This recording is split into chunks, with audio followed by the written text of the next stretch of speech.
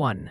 When mentoring a notary candidate in Hawaii, which approach best supports adult learning principles? A. Providing rote memorization drills of statutes. E. Encouraging the learner to connect statutes to real-world notarization scenarios. C. Requiring silent reading of the entire notary manual. D. Using only lecture-style presentations without interaction. 2. A notary trainer in Hawaii designs an evaluation to test knowledge of identity verification. Which type of evaluation best assesses applied skills? A. Multiple choice quiz. B. Role-playing scenarios with feedback. C. Short answer written test. D. Memorization of statutory citations. 3. During curriculum development for a high notary course, which step ensures regulatory compliance? A. Reviewing adult learning theories. B. Including examples from other states' notary practices. C. Aligning content with Hawaii's specific notary statutes and administrative rules. D. Using generic legal education materials. 4. In the context of adult learning, which communication technique most effectively addresses a notary trainee's misunderstanding about acknowledgement forms? A. Restating the incorrect information. B. Ignoring the error to avoid discouragement. C. Asking open-ended questions to guide the trainee to correct understanding. D. Providing a written policy without discussion. 5. A high notary mentor notices a trainee consistently fails to complete jurats properly. Which mentoring technique is most effective? A. Reprimanding the trainee in front of peers. B. Demonstrating the correct process, then allowing the trainee to practice. C. Assigning additional readings only. D. Ignoring errors until final evaluation. 6. When creating test questions for a high notary training program, which principle ensures fairness and accuracy? A. Using ambiguous wording to test critical thinking. B. Aligning questions directly with state exam content and statutes. C. Designing trick questions to challenge memory. D. Including unrelated general law questions. 7. In evaluating a trainee's readiness, which assessment best aligns with competency-based education for notaries? A. Oral examination of statutes only. B. Simulated notarization scenarios evaluated with a checklist. C. True-false quizzes on legal terminology. D. Peer grading of homework assignments. 8. Which element of communication is essential when a high-I notary explains the significance of an oath to a signer? A. Using complex legal jargon to demonstrate expertise. B. Ensuring clarity and plain language appropriate to the signer's understanding. C. Repeating statutory language verbatim, regardless of context. D. Delegating the explanation to another staff member. 9. In curriculum development for HI notary preparation, what ensures instructional effectiveness? A. Incorporating active learning, such as case studies and role play. E. Delivering long lectures without interaction. C. Providing outdated reference guides for practice. D. Avoiding real-world applications to save time. 10. A notary educator wants to measure long-term retention of HI notary laws. Which evaluation method is most appropriate? A. End-of-course survey only. B. Immediate multiple-choice exam. C. Follow-up performance assessments several weeks later. D. Instructor's personal observation only. 11. Which mentoring technique best supports self-directed learning in HI notary trainees? A. Encouraging reflective journals about their practice sessions. Forcing trainees to attend sessions without input. C. Providing only answer keys to past exams. D. Discouraging peer-to-peer discussions. 12. What is the primary regulatory compliance responsibility of a high notary when developing record-keeping habits?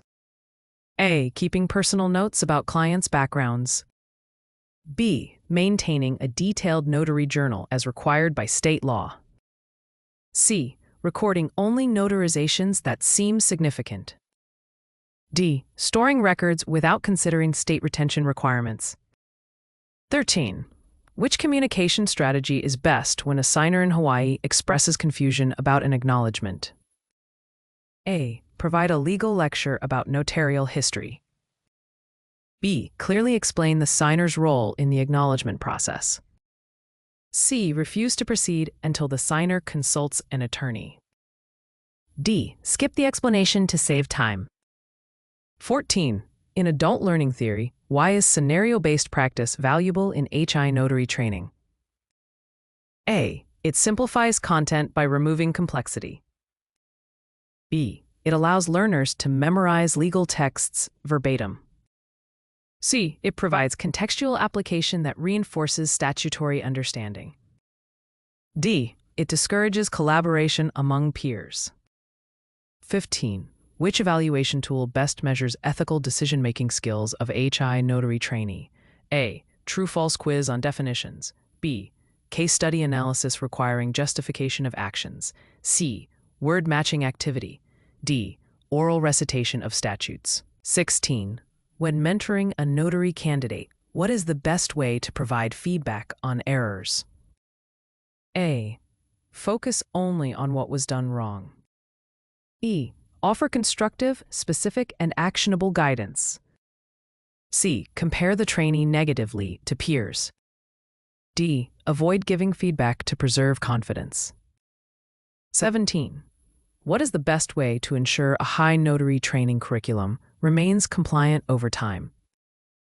A. Updating content whenever state statutes or administrative rules are amended. B. Using the same curriculum indefinitely for consistency. C. Relying on federal notary standards instead of state-specific laws. D. Consulting textbooks rather than current Hawaii statutes. 18. A trainee insists that notarizing documents without personal appearance is acceptable. Which mentoring response aligns with HI law and adult learning? A. Allowing the error to promote independent thinking. B. Correcting the misunderstanding with statute references and role-play scenarios. C. Ignoring the comment during training. D. Asking peers to debate without guidance. 19. When evaluating communication effectiveness, which indicator shows a high notary is meeting professional standards? A. Use of plain, accurate explanations with signers. B. Reliance on memorized legal jargon. C. Avoidance of interaction with signers. D. Referring all questions to legal counsel.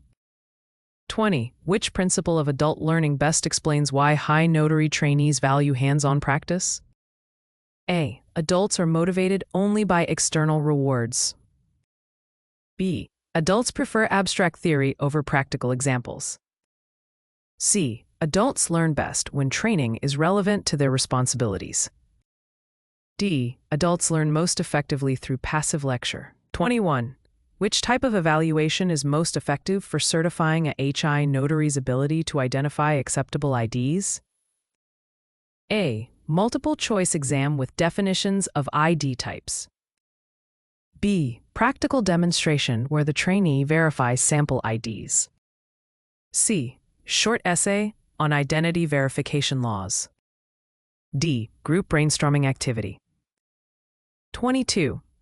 Which mentoring strategy promotes ethical behavior in new HI notaries? A. Modeling compliance with statutes during simulated practice. B. Ignoring errors to encourage self-confidence. C. Allowing shortcuts if they save time. D. Teaching from outdated materials. 23. When developing a high notary curriculum, which factor most directly ensures communication clarity? A. Using accessible language while preserving statutory accuracy. B. Using exclusively legal terms without explanation. C. Presenting materials only in written form. D. avoiding interactive discussions. 24. In an evaluation setting, how can an instructor best assess a high notary trainee's judgment in refusing improper notarization? A. Ask the trainee to define improper notarization. B. Provide case studies and require decision-making with justification. C. Use a fill-in-the-blank exercise. D. Measure attendance only. 25. Which adult learning principle is most critical when teaching experienced professionals preparing for the HI notary test? A. Acknowledging their prior experiences and integrating them into instruction. B. Assuming they have no relevant background knowledge. C. Using the same approach as for high school students. D. Focusing solely on memorization drills. 26. Which communication approach should a high notary use with a limited English signer? A. Clearly explain using simple language or through a qualified interpreter. B. Proceed without explanation to avoid delay. C. Require the signer to read a legal manual. D. Refuse to notarize any document involving non-English speakers. 27. In mentoring, what practice best supports mastery of journal requirements under high law? A. Reviewing state rules, then having the trainee complete sample entries. B. Providing verbal instructions only. C. Allowing each trainee to create their own methods regardless of law. D. Skipping journal practice because it is time-consuming. 28. In evaluation methods, which approach best measures a trainee's real-world problem-solving skills in notarization? A. Role play with unexpected complications. B. Matching terms with definitions. C. Memorizing statutory numbers. D. Silent reading of manuals.